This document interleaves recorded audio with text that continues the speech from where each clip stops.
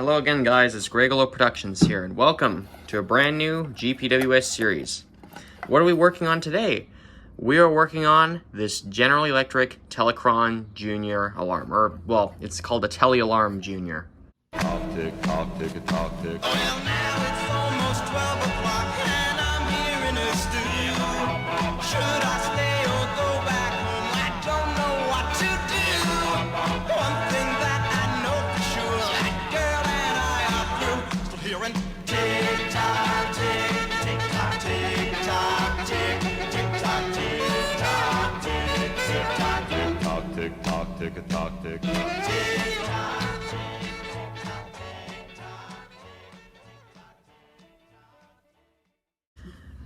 As many of you probably remember, this was on the most recent episode of Alarming Antiques, and you can see why I'm not buying more, because I've got projects like this to work on. Now, as for this particular clock we've got here, let's have a look at this thing. I can't really read that. I don't know what that says. That looks like an R-U... What does that? Rumbly? No. Ruckley? This looks like a K to me. I don't know. I can't really read cursive. Thanks, elementary school, for not actually really teaching us that for more than 2 weeks. But anyway. Needs new motor.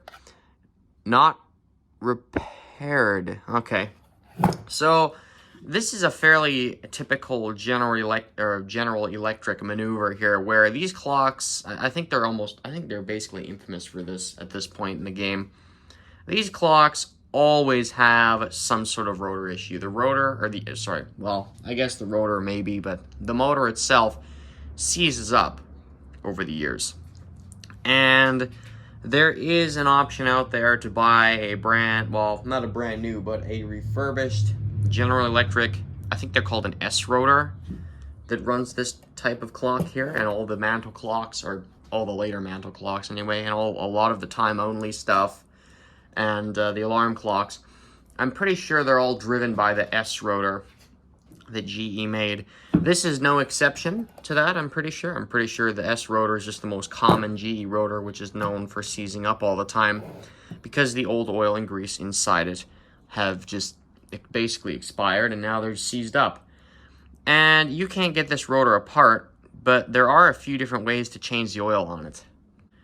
The most in-depth one, and the one that I would probably recommend if you had the ability to do so, would be to drill a hole in the side of it and get the oil out that way. And I've seen people do that, mainly the radio collectors, the GE radio collectors, who have these Telechron clocks inside. You know, there's a AM, maybe even FM radio in there, and it's paired with one of these clocks.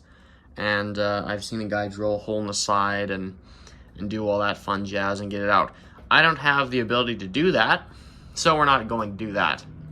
Okay, Greg, what are you going to do? Spend $100 on eBay trying to get one that's been serviced?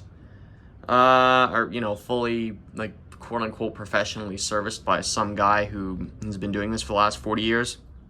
Hey, I like those guys, but I don't want to spend $100 on this, considering I basically spent like $5 on this guy. We're not doing that. We're doing what the first Kick at the Cat Productions did. Yes, that is his YouTube channel name. I'll link the video in the description, where he literally just heated up the rotor, and he was able to get new oil in there. And I know we're not cleaning the old oil out, just because that's just not what we're doing. Mainly because it doesn't come apart, and I don't have the equipment to drill a hole in the side. So we're just going to add new oil in there after heating it up. That is what the big plan is, to get the rotor to run. And from the state of this, you know, needs a new motor. Yeah, I'm sure. That's what a lot of people would have thought. And as you can see, our cord has been cut off here at the end, so I'm not even going to bother testing it. Maybe that's a dumb idea. Actually, no, I did test this. Sorry, viewers. I did test this clock, and my suspicions that I'm telling you about right now were correct. Yes, this is an oil problem. The motor does hum. So at least this clock has some electrical response when you try and start it. Okay. I think this is a plastic Bakelite case here. Let's see. What is it? Telechron electric clock model 7 Hertz or 7H135 patented DES. I can't even, maybe you guys can see that. It's not focusing, of course. Come on, there we go. There it is. DES 17895. I think there might be two one. Yeah, there's two ones in there. DES.117895. Not sure what any of this patent information is all about, just in case you wanted to see it. To pull out, or to, what does that say? Alarm. On. Pull out. Okay, now our alarm's on. Off. Push in. Okay. And then you turn the knob this way. So there's our alarm hand moving. There, it just tripped. As you can see, the hands are just totally not even aligned. Oh yeah, and by the way, speaking of hands, we're missing our seconds hand. I'll see if I can grab one out of my part staff. I don't have a GE one that I can use. I might be able to use something else that'll fit. It'll look good. So, yeah, I'm missing that. 125. Okay, yeah, so it's the standard system here. 60 cycles, 4 watts. United States patent. Yeah, this guy's made in the US, I think. Made in USA. Yeah, so this was shipped over here, and that is this is what's left of a CSA approved sticker. What's nice is I actually have spare CSA approved stickers just from another electric clock that the sticker happened to fall off and not get ripped whatsoever. So we're gonna put a new CSA sticker on this guy, or not a new one, but another one. And yeah, that would have been. That's all that's left of the CSA approved sticker on this guy. Okay, and then you got these two kind of entirely decorative areas. Looks like spiders have made their homes in there. Oh yeah, and there's this thing too. Come on, camera, focus for pity's sake. Co-controllatone. Oh, there's supposed to be an N there, but there's a massive gash the size of the Grand Canyon in there. Controllatone. Interesting. What about this guy? Yeah, this controls the tone of the alarm. Okay. And viewers, just a note, just to say this now, I don't know how much this thing is going to come apart. I really have no idea. I'm just going to try and clean it as best as I can, fix the rotor, and do as much repair as I can to the case. The case needs washing. I'm going to erase all of this. Yeah, that's rough. That is really rough. There's nothing on the bottom. Felt feet are gone. Yeah, this guy has some miles on him. Now, keep in mind, viewers, we are working with radium, so I've got a dust mask here, and I'm also going to be wearing disposable blue gloves. Yes, I am still working out, you know, what kind of safety precautions I need to take when working on this stuff. I don't want any radium on my skin or getting in my eyes somehow, or, you know, dust falling off. Yeah, you know, you got to be careful with this. You can't just go flying in there. Granted, a lot of people did. A lot of people popped these clocks open, whether they're electric or not. They had radium on the dial. And they came out perfectly fine, to my knowledge. Okay? So we don't, yeah, it's whether they came out fine or not, you know, good for them. But for me, I'm not going to try and play games with this, because this isn't a joke here. You know, the radium girls, I mean, they were eating paint basically all day. So that's a big difference than what we're doing here. But actually, you know what? I'm just going to unscrew the back here. There's 2 screws here. I'm just going to get those off first, because those aren't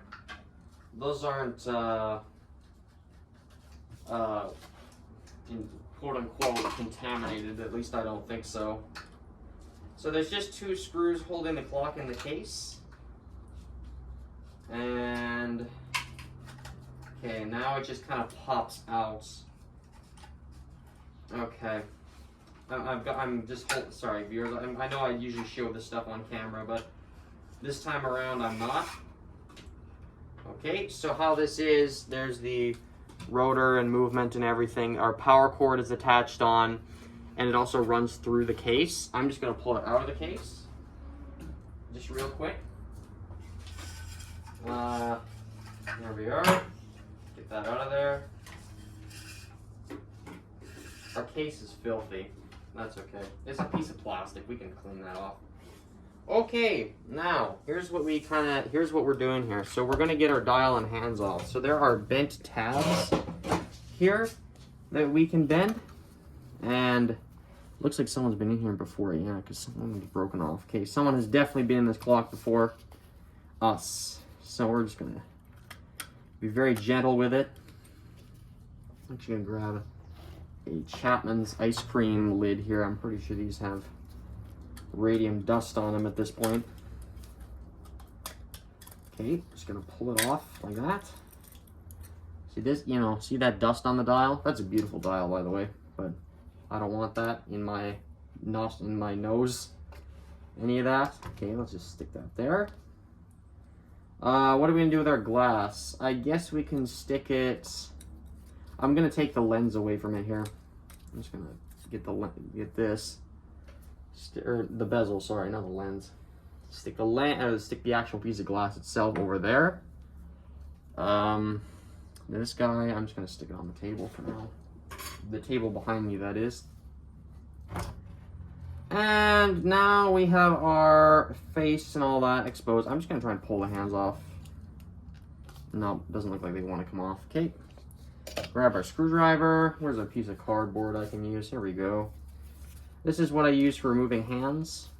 And since this is the luminous clock department place that I have, this piece of cardboard only gets used with luminous clocks. I don't use it anywhere else. And same with this piece of plastic wrap. Same deal. And same with his screwdrivers. Okay, there's one hand off. We're gonna put that in our radiant. I've got a little container behind me. I'm just gonna stick it in there. And we got our other hand. This is, I'm just looking at the hand and dial and stuff as we're doing. It looks fantastic, you guys. Okay, there's that. Get that on there. And there we are. See, I'm just kind of prying. The plastic protects it, so I don't leave any tool marks behind as I'm going here. And of course, the dial is being brushed up against this here. So there's radium paint on the back of that now. And let's get our alarm hand in here. Yeah, you definitely gotta wear gloves, you guys. Mark the clock guy, if you're watching, I hope you are, and I hope you see that you shouldn't be just handling these things barehanded. I've seen that guy do, I'm pretty sure with the same exact movement. Not a Tela-Alarm, but it was a different model that was more or less the same thing. And he handled it barehanded, and it was luminous. So hopefully the guy doesn't suffer anything from that. I highly doubt, I mean, this is all safety precautions stuff. I don't know how much, like, if I handled this barehanded, would it give me cancer? Probably not, but I don't know that for sure. As long as I don't breathe any of that in. Okay, there's our dial. Okay. Now we can pull the movement away. And now we can take the movement inside. As for our dial, I'm gonna put it in the glass for now. I'm gonna deal with all that later. I'm not gonna deal with that right now. Stick that in there. There we go. Put our radium tools in the radium container. And now we can relocate this operation to my basement where things are not covered in radium paints. And as for the gloves and my mask and all that, I'm only using that one time. I'm not using that more than once because I don't know what is on them now. They are officially contaminated. And I'm also, before I even go inside, I'm going to go inside and wash my hands, come back outside and get this stuff out of here. All right, viewers, here we are inside now. This is kind of the meat and potatoes of the whole series right here, where we actually get into the Tela-Alarm movement.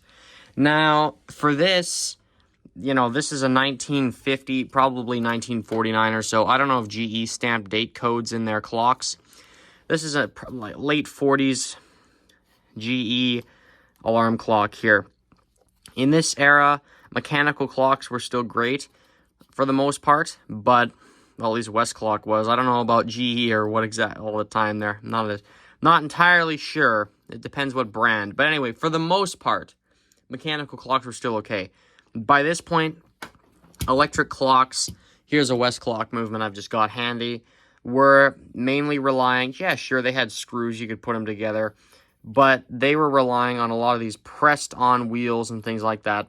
that were basically impossible to get off without some kind of specialty tool. Or if you did manage to get off with a screwdriver, this wheel would be deformed somehow, or these types of wheels, I should say, would be deformed somehow, and they would never go back on the right way, and the clock alarm would never work quite right again. So, yeah, that's just Westclox, and I'm already seeing a tension type wheel right here on the front of this GE. This almost looks like it does the same exact task. What this guy does is with our alarm mechanism, I'm pretty sure it's just for tension's sake, kinda. Not entirely, I don't know. That definitely does not come off, though. I can almost guarantee that right now. That guy is staying on there. So I don't know how much this movement is going to come apart. Let's check out our power cord, okay? We got our leads. Our leads look to be in pretty good shape. We've got what looks to be a strain relieving knot that the previous repair guy didn't use. Great. What else we got? Let's see here. Let's kind of check our cord here. It seems fairly flexible still. There were a few knots in it that I undid. Problem is, you know, with this, it's been the actual end of it, the male has been chopped off, and I don't really have any spare male ends like this that I want to, you know, use for this. At this point, you might as well just give it a new cord, or, you know, because this is kind of, I feel like that's a more or less a lost cause when the original male end has been removed. And of course, usually these are somewhat decorative to some extent. If it's in good condition, I'll use it. If it's repairable somehow, like with some sort of like vinyl, plastic kind of restoring products or whatever, that I will probably use it. But if it's falling apart in my hands, I'm not going to use it because I don't want an electrical fire. You know, you can forsake the power cord, or you can not burn your house down. That's kind of the logic there. So, you know, old power cords look nice, especially the male ends when they're still on. But that's yeah, if it's gone, then it's gone, and you know, I'll just put a new cord on at that point. It still look, you know, new cords don't look terrible, but they're not half as decorative on the male end there as the originals. But anyway, we'll talk more about power cords later. So this movement here, I think what we're going to do is end the video here and continue on in the next part, actually disassembling this guy. I think that would be the best way to go. And by the way, viewers, if you're new to the channel and you're wondering, like, what the heck this guy's talking about radium and weird old electric clocks and stuff, like, what the heck's going on, don't hesitate to leave a comment in the comments section. Or, if you want to talk to me personally, join Pin Palette 20's, I know, right? Advertising. Join Pin Palette 20's Discord server on vintage alarm clocks, where guys like this are discussed. Otherwise, viewers, I'm going to keep filming, and hopefully we can get a nice double upload going on here, or maybe not. I'm going to keep filming either way. I'm going to get into this, and hopefully soon you will see the next part of the clock being worked on there. There we go. If you're an experienced GE guy who's been working on Telechron clocks for the last 20 years or whatever, like if you're if you're a total master at it, then don't hesitate to leave a comment and say, hey, Greg, you're doing something wrong. I like constructive criticism because it actually helps. Anyways, viewers, that is all, and I will see you in the next part.